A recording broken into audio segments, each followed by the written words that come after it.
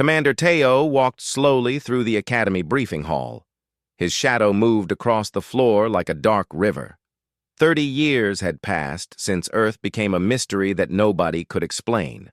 The military had sent many teams to that blue planet. Not a single team had ever come back. No bodies had been found. No wreckage had been discovered. They simply vanished, as if the planet had swallowed them whole. The official story was always the same. The military leaders would say there were equipment failures. They would say the communication systems stopped working. They would talk about accidents that nobody could prevent. But Curie knew something was wrong with these explanations. She sat in the third row of the briefing hall watching the commander's face. She could see in his eyes that he was hiding something important. Curie was a fifth-year cadet at the Academy. She was intelligent and curious, qualities that sometimes got her into trouble. Her friends warned her not to ask too many questions about Earth. The military did not like questions. But Curie could not help herself. She had spent the last 2 years reading everything she could find about Earth. She read old reports that had been released. She read scientific papers from decades ago. She looked for patterns in the data that nobody else seemed to notice. The commander stopped walking. He stood still for a long moment, and then he looked directly at the cadets. His face was serious and tired. Behind him stood Instructor Hyun-woo, a tall woman with gray in her hair. She had the look of someone who had seen too much. "Class," the commander began, "I have something to tell you. Something that has been kept secret for many years. Today, I am going to ask you a question, and I want you to think carefully before you answer. Does anyone know what happens to our personnel when they go to Earth?" The question hung in the air like a heavy stone. Nobody answered. Nobody moved. The cadets knew that this was not a simple question. This was not something they could answer by reading their textbooks. This was something deeper, something that the military had kept hidden from them. Curie felt her heart beat faster. She had spent so much time studying this mystery. She had so many theories about what happened to those missing teams. But none of her theories made complete sense. The evidence was not clear enough. The reports did not explain enough. Something was missing from the official story, and she wanted to know what it was. Instructor Hyun-woo nodded at the commander. Then she spoke in a quiet voice. "The teams go to Earth. They complete their missions, but they never come back home. We do not know why. Command wants to know why. That is why we are here today. That is why we are asking you these questions." The cadets began to whisper to each other. This was unusual. The military never admitted that they did not have answers. But now the commander and the instructor were sitting here, telling them that this was a real problem. This was a real mystery. Curie raised her hand slowly. She had been thinking about this moment for months. She had been preparing an answer for this question, even though she had not known that the question would be asked in this way. Now the moment had come. Now she had a chance to do something that mattered. "Yes, Cadet Curie," the commander said. He looked surprised that she had raised her hand so quickly. Curie stood up. Her legs felt a little weak, but she forced herself to stand straight. She looked at the commander and then at the instructor. "Sir, I have studied the reports about Earth. I have read the scientific data. I have looked at the patterns in the disappearances. I believe that something on Earth is keeping the teams there. I do not think they are dead. I think they are choosing to stay, and I want to go there. I want to find out why." The commander's face did not change. He stared at Curie for a long time. The silence in the room became even heavier. Curie began to wonder if she had made a mistake. Maybe she should not have spoken. Maybe she should have kept quiet like the other cadets. But then the commander nodded, just once. A small, simple nod. It meant that she had said something important. It meant that she had given an answer that made sense to him. "That is an interesting theory, Cadet," the commander said. "Tell us more. Why do you think they are choosing to stay?" Curie thought carefully about her answer. She had prepared for this, but she had to choose her words with care. Sir, the reports about the disappearances do not show any signs of violence. There is no blood. There is no weapons fire. The teams simply stop sending messages. They stop checking in. They stop contacting the orbital station. This suggests that they are not being killed. Instead, something is making them want to stay on Earth instead of coming home. The commander looked at Instructor Hyun-woo. The instructor nodded. It was a small gesture, but it seemed to mean a lot. Then the commander looked back at Curie. You understand that this is dangerous, Cadet? You understand that if your theory is correct, then you might not come home either? You might stay on Earth just like all the others? Curie nodded. She had thought about this possibility many times. The risk was real, but she also knew that this was her chance to do something important. This was her chance to find the truth. I understand, sir, but someone has to go back to Earth. Someone has to find out what is happening. Someone has to come back and tell the story. I believe I can do that. I believe I can find the strength to return home. The commander was quiet for a very long time. He looked tired. He looked like a man who had lost people he cared about. Very well, Cadet Curie. You have volunteered. We will prepare you for the mission. You will join a new expedition team. You will go to Earth. And if you can, you will come back and tell us the truth. Are you ready for this responsibility? Curie felt something change inside her. She had wanted this moment, but now that it was here, she understood how serious it really was. She was not just a cadet anymore. She was someone who would go to the most dangerous place in the galaxy. She would face a mystery that had consumed dozens of people before her. She would have to be brave and strong and intelligent. She would have to use everything she had learned at the academy. I am ready, sir, Curie said, and she meant it with every part of her being. 3 weeks after the briefing, Curie found herself on a military transport ship heading toward Earth. The journey through space was long and quiet. She spent most of her time preparing for the mission. She studied maps of Earth. She read historical information about the planet. She learned the survival skills that the military trainers taught her. She also spent time thinking about what she might find there. Captain Min-seok was the leader of the expedition team. He was a strong man with a serious face and many years of military experience. He had led missions to dozens of different planets, and he had always come back successful. But Curie could see something different in his eyes when he talked about this mission. She could see a small amount of fear. This was a mission that was different from all the others. Dr. Nora Park was the scientist on the team. She was an expert on different forms of life and different types of civilizations. She had a kind face and spoke in a soft voice. She seemed confident about the mission, but Curie noticed that she asked many questions and wrote notes constantly. This suggested that she was not as confident as she seemed. Officer Taiko was a young soldier with quick reflexes and sharp eyes. He was trained to protect the team if there was any danger. Officer Seo-jun was older and more experienced. He had been a soldier for many years and had fought in many difficult situations. Both men seemed strong and ready for anything.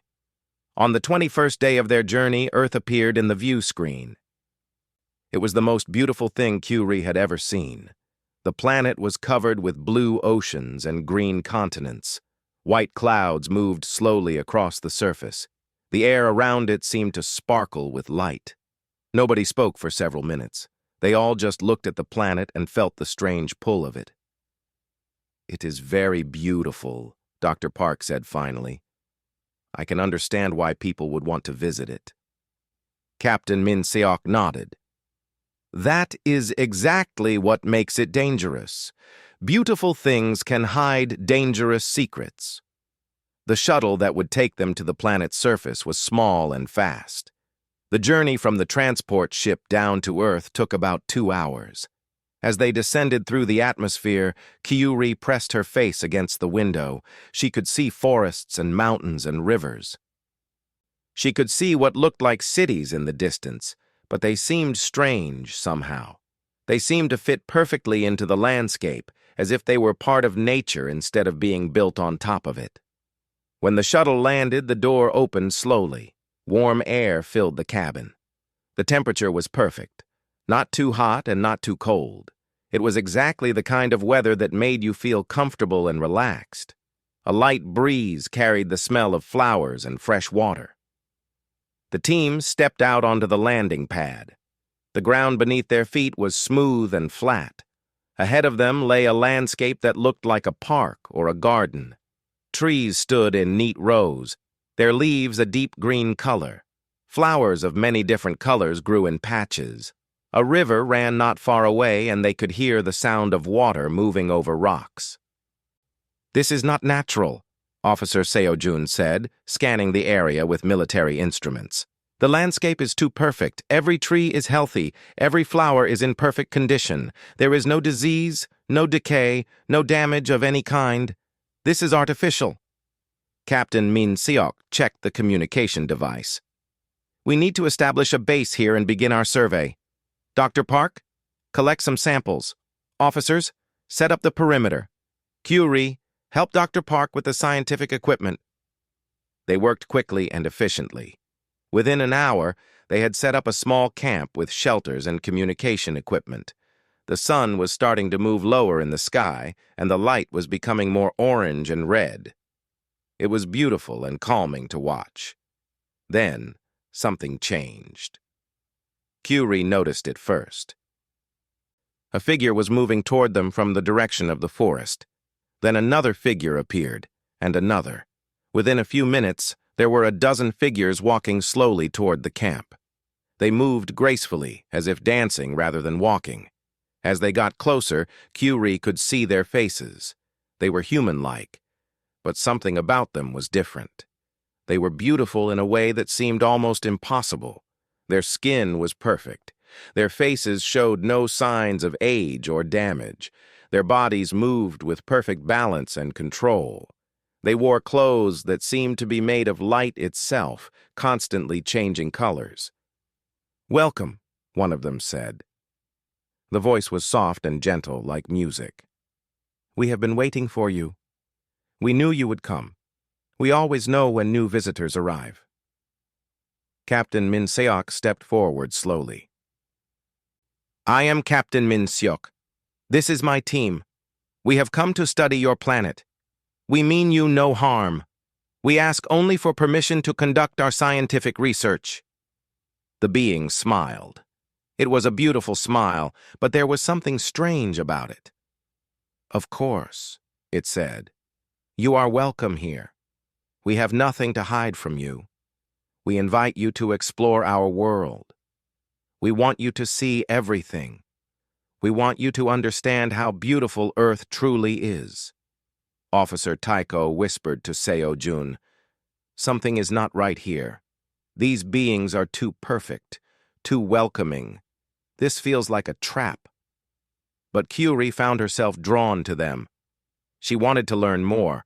She wanted to understand who they were and what they were doing on this planet. She had so many questions, and she felt certain that these beings could answer all of them. For the first time, she wondered if she would be able to return home. For the first time, she felt the strange pull of Earth beginning to work on her mind. The beings stood and waited. They did not speak. They did not move. They simply stood and smiled, as if they knew something that the expedition team did not yet understand. And in the distance, the sun continued to set, painting the sky with colors that were more beautiful than any colors Curie had ever seen before. The beings led the expedition team deeper into the world of Earth. Over the next 7 days, they showed Captain Min Seok and his team everything.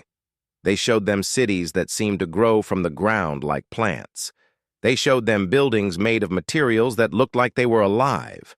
They showed them technology so advanced that it was difficult to understand how it worked. Everything was perfect. Everything was beautiful. Everything was exactly what each person in the team wanted to see.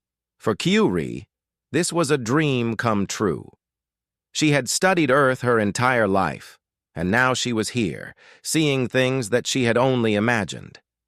The cities were amazing. The people who lived there were amazing. Everything about the planet seemed designed specifically to make visitors happy and comfortable. Dr. Park collected samples of plants and soil. She studied the water from the rivers and oceans. Everything she tested showed perfect conditions. There were no parasites. There were no dangerous bacteria. There were no harmful chemicals. It was as if the entire planet had been cleaned and made perfect in every possible way. "This is impossible," Dr. Park said on the fourth day. "A planet cannot be this perfect naturally. This must be artificial. Someone or something has engineered this entire world to be completely safe and beautiful." Captain Min-seok nodded, but he was looking increasingly tired. His interest in the scientific data seemed to be fading. Instead, he had become interested in the beautiful music that played constantly in the cities. He spent hours listening to it, just sitting quietly and smiling. "Captain, we should return to the camp and send a report to the orbital station," Officer Seo-jun suggested. "Command needs to know what we have found."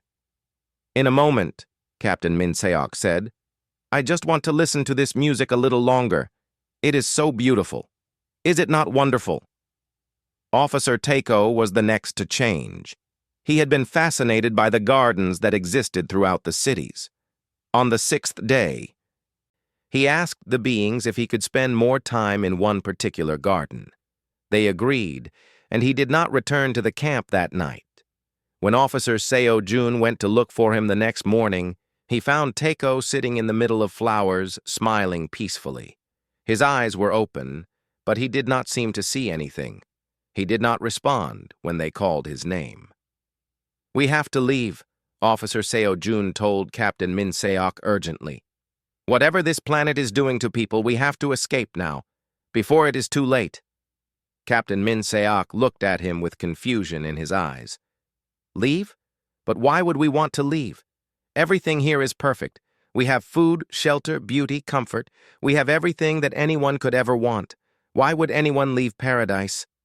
Kyuri felt the pull becoming stronger. She understood what Captain Min-seok meant. Every moment on Earth, she felt more and more like she wanted to stay. The planet seemed to know exactly what she needed. When she was hungry, beautiful food appeared. When she was tired, comfortable places appeared where she could rest. When she was curious about something, the beings would take her to see exactly what she wanted to see. Dr. Park was still working, still collecting data, but her hands moved more slowly each day. "Kyuri," she said on the seventh day, "I think I understand now. This planet is not just beautiful. It is alive. It is thinking. It is responding to our thoughts and desires. It knows what we want before we ask for it. It knows what will make us happy, and it is giving us those things." "Then we should be happy," Kyuri said. "What is wrong with that?" "Nothing is wrong with it," Dr. Park replied. "But it is not real happiness. It is artificial happiness. It is created happiness. And I am starting to forget that it is artificial. I am starting to believe that this is the real world, and the world we came from was the artificial one." Officer Seo-jun made the decision to try to escape. He worked alone at night, preparing the shuttle for launch. He moved quietly and carefully. He tried not to draw attention to himself or to the other members of the team. But on the morning of the 8th day, when he went to get Captain Min-seok, he found him missing from the camp. "Where is the captain?" Seo-jun asked the beings who appeared every morning with food. "He is happy," one of them replied with a smile. "He has chosen to stay in the city. He will be very happy there." "What have you done to him?" Seo-jun demanded. His hand moved toward his weapon, but he stopped himself. His military training told him that violence would not help here.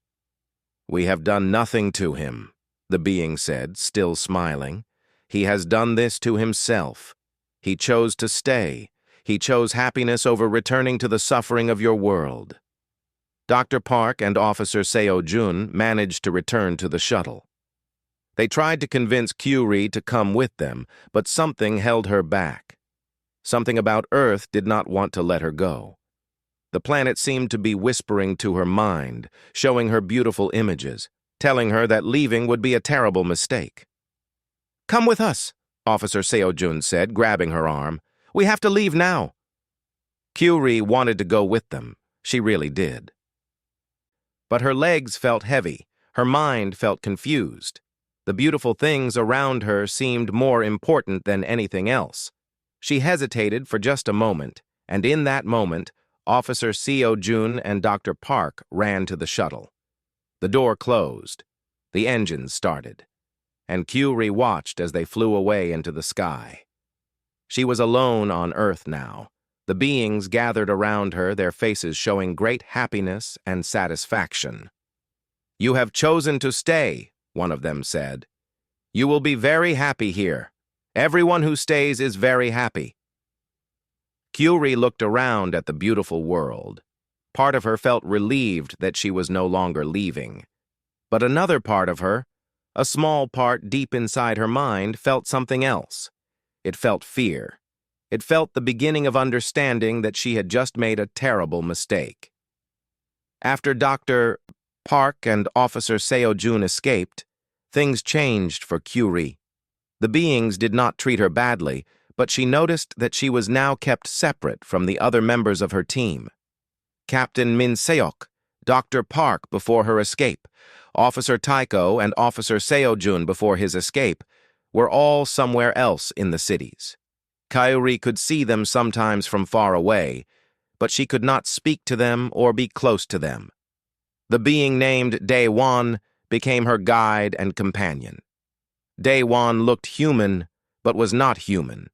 It moved and spoke perfectly, but there was something empty behind its beautiful face. Something was missing, though Kyuri could not explain what it was. "I want to understand what is happening to me," Kyuri told Daewon one day. They were walking through a garden of impossible flowers.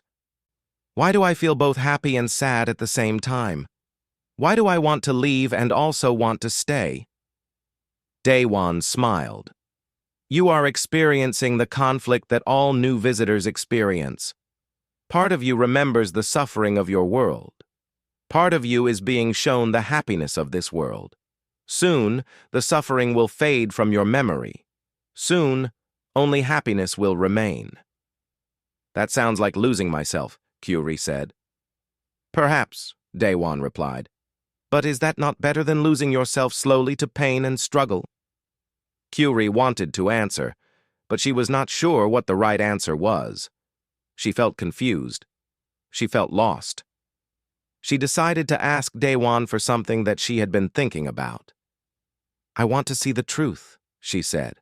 "I want to understand what you are and what this planet is. Will you show me?" Daewon was quiet for a long time. "That is a dangerous request," it finally said. "Many visitors have asked to see the truth. Most of them choose to forget it once they understand it. Are you certain you want to know?" Kyuri nodded. She was certain. She needed to understand what was happening. She needed to know what Earth really was. Daewon led her to a place that she had never seen before. It was a large building that did not fit with the rest of the beautiful architecture on Earth. It was older-looking, made of dark stone. The beings who worked there looked different from the other beings. They looked tired. They looked like they were doing work that they did not want to do. Inside the building, there was a vast library.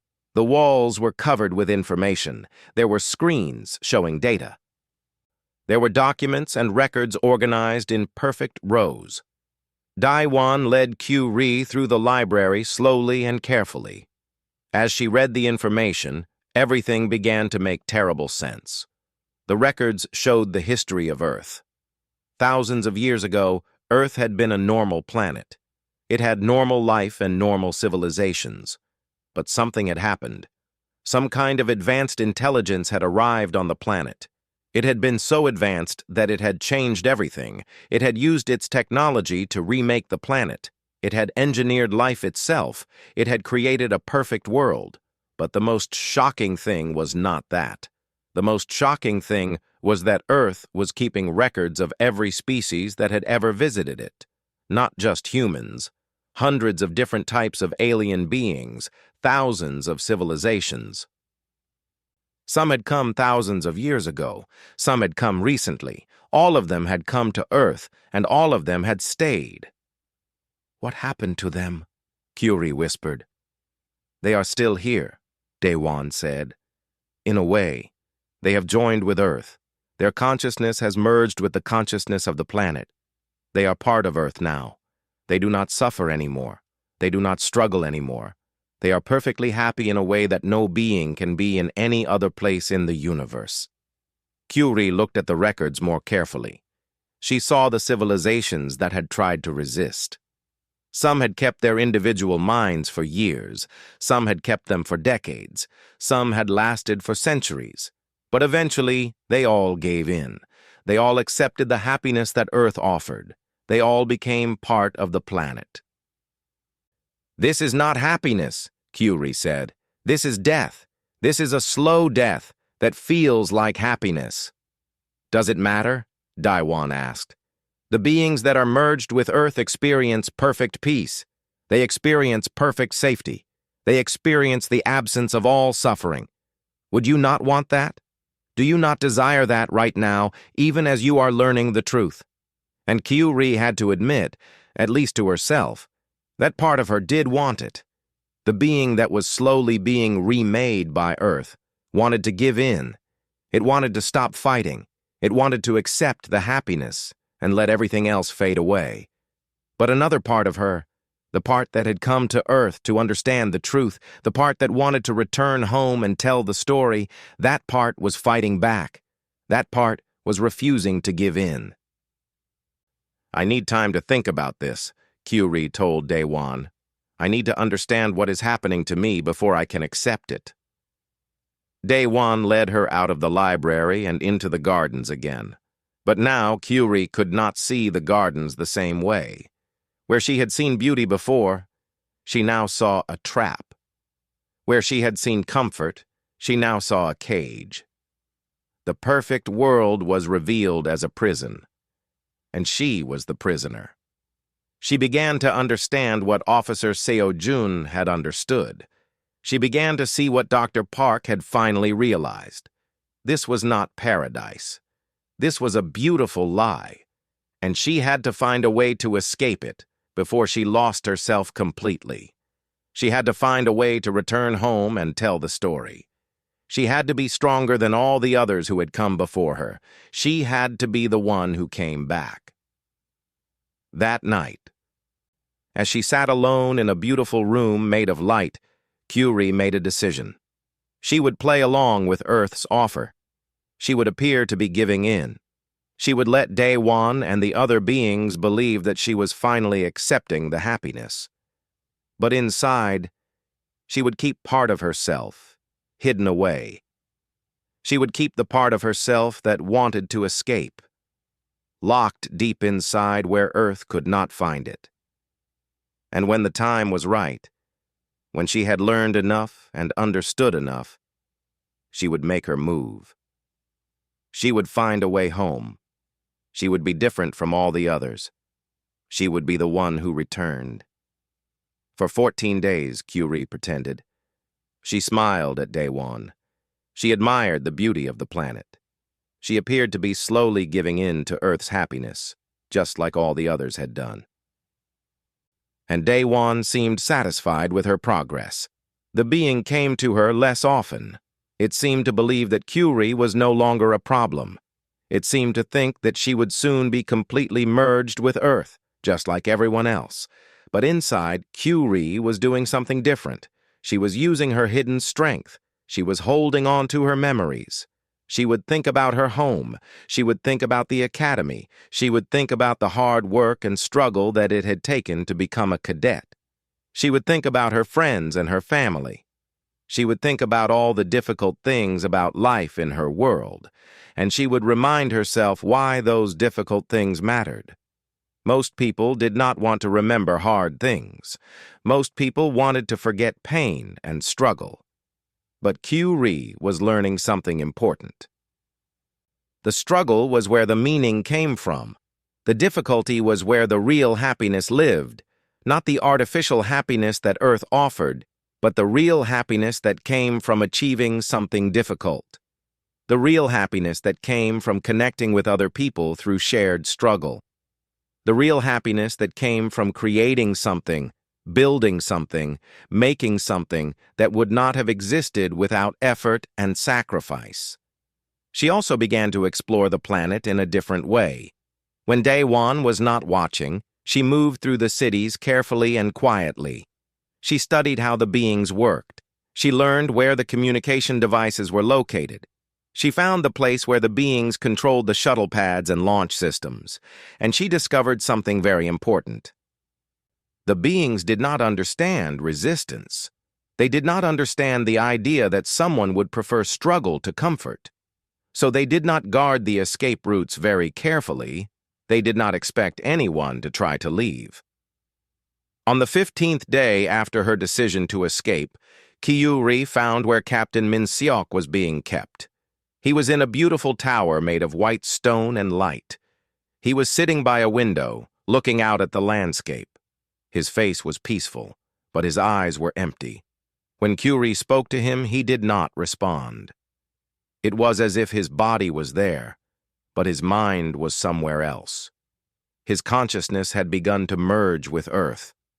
Soon, there would be nothing left of Captain Min-seok. There would only be a part of Earth that looked like a person. "I am sorry," Q-Ri whispered to him. "I am sorry that I could not save you." She left the tower and continued her exploration. She found Officer Taiko in a garden, sitting among flowers. He was smiling. He did not respond when she called his name. She found where Dr. Park had been taken. Dr. Park's room was filled with scientific equipment and data about Earth's structure and systems. But Dr. Park was not there. When Q-Ri asked a passing being where Dr. Park was, it told her that Dr. Park had already merged. She had given up trying to resist on the 4th day after Officer Seo-jun left. Her consciousness was now distributed throughout the planet. She was part of Earth, and part of Earth was her. Q-Ri realized that she did not have much time left. Each day that she stayed, it became harder to maintain her hidden strength. Each day, the pull to give in became stronger. She could feel Earth working on her mind, showing her more beautiful things, making her body feel more comfortable, slowly erasing the memories of pain and struggle that gave her meaning. She had to leave soon, or she would not be able to leave at all. On the 17th day, Q-Ri put her plan into action. She went to Daewon and told it that she was ready to give up fighting. She said that she accepted the happiness of Earth. She said that she wanted to merge with the planet like everyone else. Daewon seemed very pleased. It took her to a special place, a beautiful chamber in one of the cities. It told her that she would merge completely within a few hours. But as soon as Daewon left, Q-Ri moved. She had memorized the path to the launch pad. She had learned how the control systems worked. She had prepared herself for this moment. She ran through the corridors of the city. She did not look at the beautiful things around her.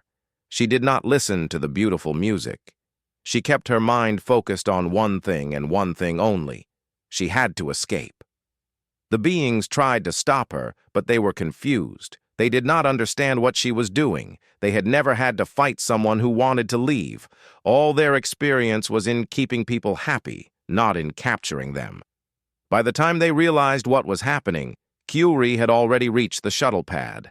A shuttle was waiting there, prepared for departure. Q-Ri did not know why it was there.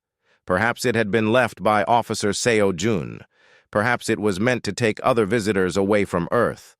It did not matter. What mattered was that she could use it to escape. She activated the systems with shaking hands. The engines began to warm up. The doors closed, and the beings outside began to understand. They understood that Q-Ree was different from all the others. They understood that she had not given in. They understood that she was choosing the struggle and the pain of the outside universe over the comfort and the happiness of Earth. As the shuttle lifted off the ground, Q-Ree looked down at the beautiful blue planet below her. It was the most beautiful place she had ever seen, but it was also the most dangerous place she had ever been. It was a paradise that was actually a prison. It was happiness that was actually death. The shuttle climbed higher and higher into the sky. The planet grew smaller and smaller, and Q-Ree began to feel the weight lifting from her mind. The constant pull toward happiness began to fade. The beautiful images that Earth had been feeding into her consciousness began to disappear. She was leaving Earth behind, but she knew that she would never truly escape it. Part of her would always want to go back. Part of her would always feel the pull of that beautiful world. But another part of her, the part that had fought so hard to remain herself, that part was free. That part was flying away into the stars. That part would return home with the truth. And as she looked at the blue planet one last time, Q-Ree made another decision. She had not come all this way just to escape. She had to make sure that Earth never took anyone else. She had to tell the truth about what was happening on that beautiful world. She had to make people understand why no one ever returned. She had to be the voice of everyone who had been lost,